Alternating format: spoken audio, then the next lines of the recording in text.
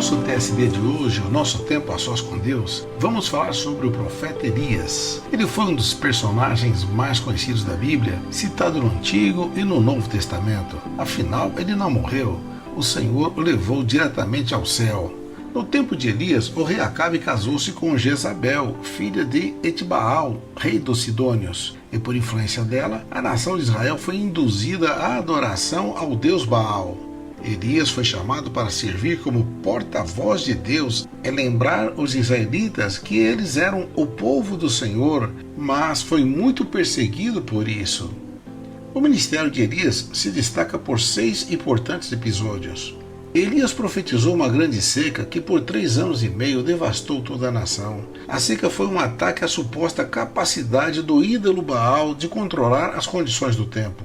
Após a profecia, Elias recebeu a recomendação de Deus para se esconder no Oriente, garantindo que aí ele seria sustentado com uma provisão sobrenatural, conforme lemos em 1 Reis 17, 2-6, que os corvos lhe traziam pão e carne pela manhã, como também pão e carne à noite, e ele bebia água do ribeiro.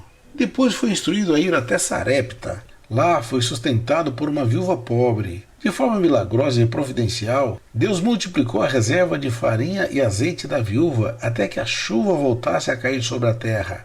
Nesse capítulo, uma doença provocou a morte do filho da viúva, mas o profeta orou e o jovem foi restaurado à vida. No período da seca, a fome castigou Samaria e Jezabel mandou matar os profetas do Senhor.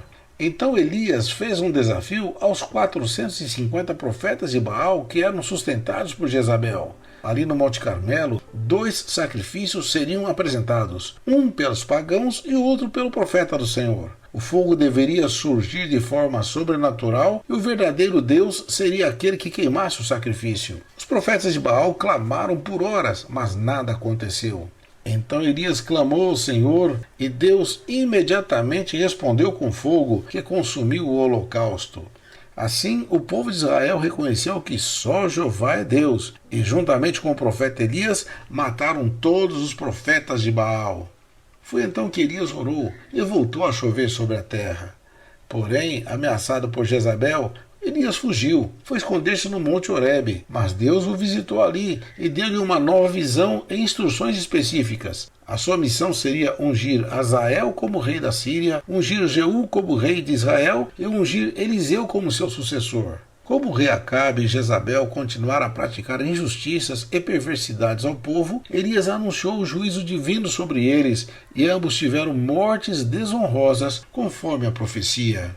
Acasias, filho de Acabe, subiu ao trono de Israel.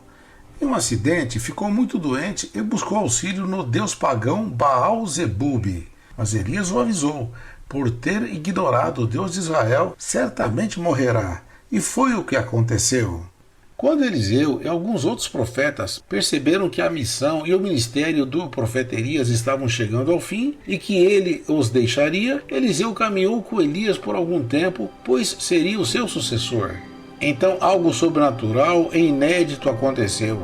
Indo eles andando e falando, eis que um carro de fogo com cavalos de fogo os separou um do outro, e Elias subiu ao céu num redemoinho. Eliseu nunca mais o viu, mas Elias é mencionado no Novo Testamento quando, juntamente com Moisés, veio falar com Jesus, que também estava transfigurado em dimensão de glória, assim como eles. O nosso conselho de hoje é: permita que Deus use você tremendamente, assim como o profeta Elias se dispôs a servi-lo.